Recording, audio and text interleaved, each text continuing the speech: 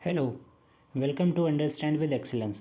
आज हम लोग पढ़ेंगे हमारे कॉन्स्टिट्यूशन के प्रियम्बल के बारे में। ठीक है, प्रियम्बल क्या है? हमारा identity card of the constitution भी बोलते हैं इसको। ठीक है, क्यों बोलते हैं? मान लो एक एग्जांपल से समझते हैं। मान लो आपका एडमिशन होता है स्कूल में। ठीक है, आपका एडमिशन हुआ। अब जब आपका एडमिशन हो जाता है उसके बाद आपका क्या बनता है स्कूल में? आईडी कार्ड बनता है ना। और उस आईडी कार्ड को देख के आपके बारे में बेसिक इन्फॉर्मेशन को पता लगाया जा सकता है। तो सेम ऐसे ही जब कॉन्स्टिट्यूशन बना दिया गया तो उसके बाद प्रियम्बल को बनाया गया, जिससे ये पता लग सके कि हमारा कॉन्स्टिट्यूशन का जो नेचर है वो कैसा है। इसीलिए प्रियम्बल को ID card of the constitution भी बोला जाता है। तो पहले हम जो हमारी डेफिनेशन प्रियम्बल की लिखी हुई है उसको पढ़ेंगे, फिर उसके जो मेजर कीवर्ड्स हैं उनको एक एक करके वन बाय वन एक्सप्लेन करेंगे।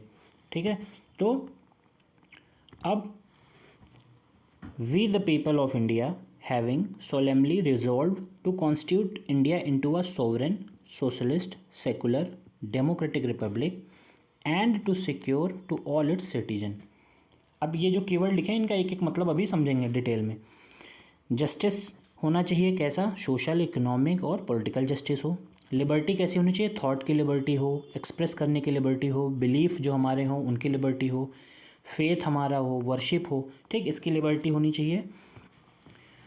इक्वलिटी कैसी होनी चाहिए? इक्वलिटी ऑफ स्टेटस होनी चाहिए, अपॉर्चुनिटी की इक्वलिटी होनी चाहिए और ये चीज़ प्रमोट होनी चाहिए सबके बीच में, है ना।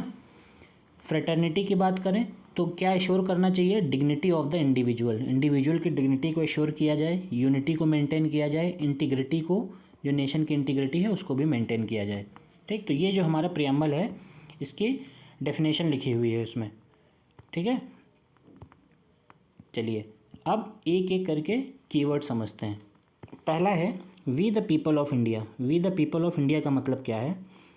The constitution has been drawn up and enacted by the people through their representative. जो हमारा कॉन्स्टिट्यूशन है वो किसने बनाया है? लोगों ने बनाया है। लोगों ने बनाया है का मतलब क्या हुआ कि लोगों को ध्यान में रखते हुए, हमारे कंट्री के लोगों का नेचर क्या है, सोसाइटी कैसी है, डाइवर्सिटी कितनी है, लोगों की क्या डिमांड है, क्या रिक्वायरमेंट है, उस हिसाब से कॉन्स्टिट्यूशन को फ्रेम किया गया है। और किसके थ्रू किया गया है? रिप्रेजेंटेटिव के थ्रू। लोगों ने, जिन लोगों ने मिल के हमारे रिप्रेजेंटेटिव को चुना था कॉन्स्टिट्यूंट असेंबली में, उन लोगों ने मिल के क्या किया? कॉन्स्टिट्यूशन को बनाया। ठीक है, and not handed down to them by a king or any outside power. ठीक है, किसी राजा के द्वारा नहीं दी गई है पावर, ना किसी बाहर से इसको रेगुलेट किया जाता है। तो ये we the people of India का मतलब हुआ कि हम भारत के लोग क्या करते हैं? कॉन्स्टिट्यूशन को ड्रॉ करते हैं थ्रू देयर रिप्रेजेंटेटिव। फिर नेक्स्ट है सोवरेन। अब सोवरेन का मतलब क्या होता है? सोवरेन का मतलब होता है people have supreme right to make decision on internal as well as external matter. जो हमारे देश के लोग हैं उनके पास सुप्रीम राइट है किस चीज़ में?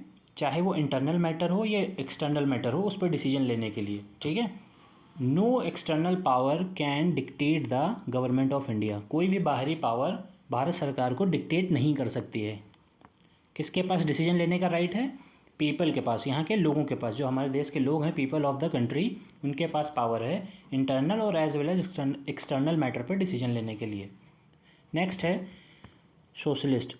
सोशलिस्ट का मतलब है wealth is generated socially and should be shared equally by society. Wealth कहाँ से जनरेट होती है? सोशली जनरेट की जाती है और वो इक्वली शेयर भी होनी चाहिए समाज के बीच में।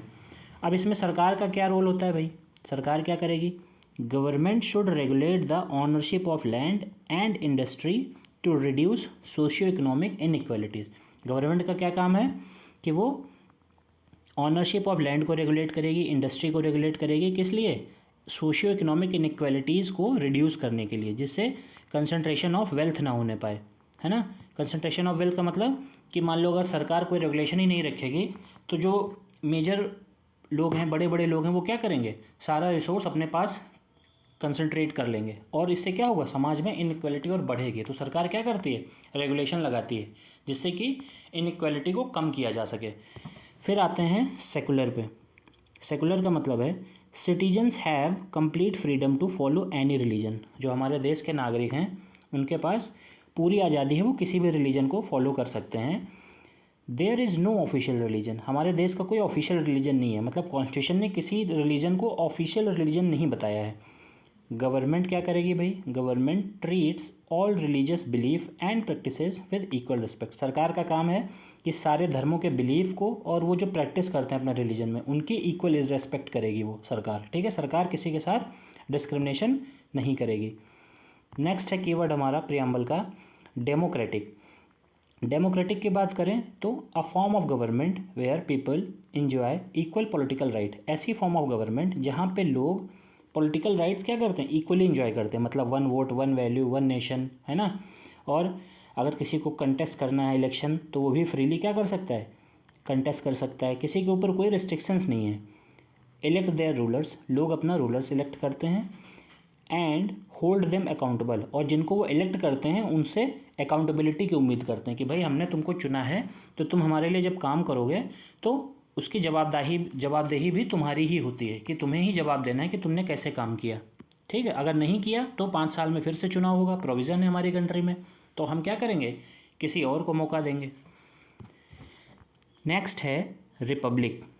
रिपब्लिक का मतलब है the head of the state is an elected person and not a hereditary position.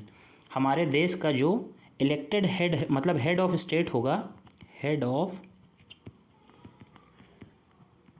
वो कैसा होगा, इलेक्टेड होगा, ठीक है। मतलब उसको जनता चुनेगी, वो हेड ऑफ स्टेट बनेगा, ना कि हेरिडेटरी पोजीशन होगी। हेरिडेटरी पोजीशन का मतलब कि फैमिली जो होता नहीं है, परिवारवाद, कि बाबा थे फिर दादा फिर मतलब पर बाबा, ऐसे करके करके उनका लड़का फिर पोता, ऐसे करते करते पावर का ट्रांसफ़र होता चला गया। जैसे राजा महाराजाओं की फैमिली में होता था ना कि राजा था, उसका बेटा हुआ तो वो बन गया, उसका बेटा हुआ तो वो राजा बन गया, ऐसे नहीं होगा।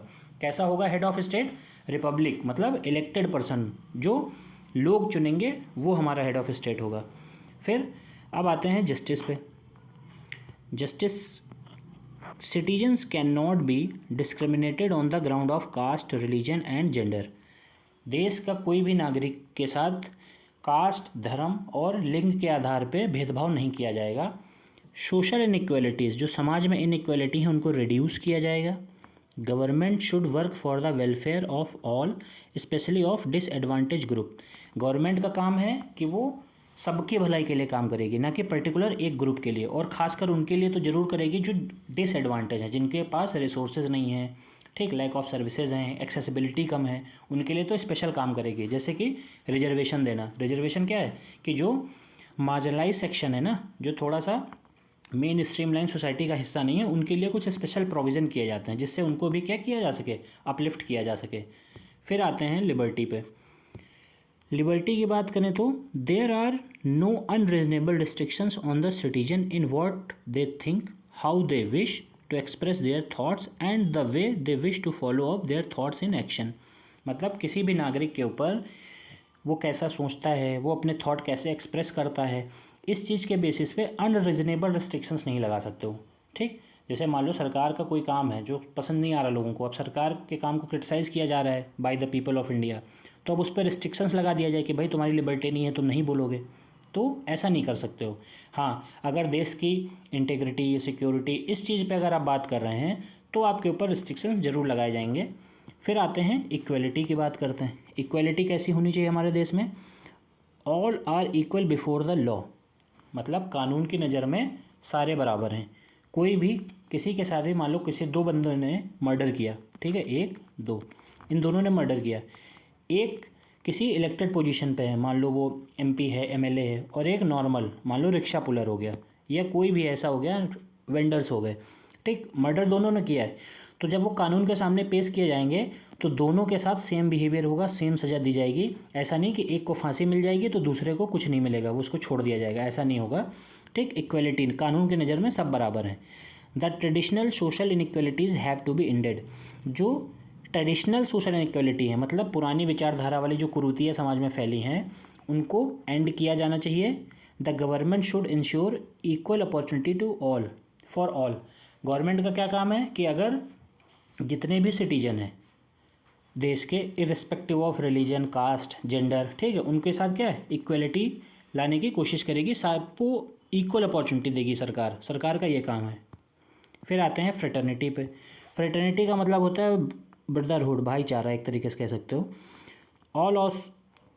All of us should behave as if we are member of the same family. हम लोगों को ऐसे बिहेव करना चाहिए कि हम लोग क्या हैं, एक ही परिवार का हिस्सा हैं, कोई अलग नहीं है। No one should treat a fellow citizen as inferior. ठीक है, किसी भी नागरिक को इन्फीरियरिटी नहीं फील करानी है, मतलब उसको लेट डाउन नहीं करना है, उसको लो नहीं फील करवाना है, डिस्क्रिमिनेशन नहीं करना, अल्टीमेट हमें भाईचारा बना के रखना है। तो ये था हमारा प्रियम्बल। आई होप आपको ये समझ में आया होगा।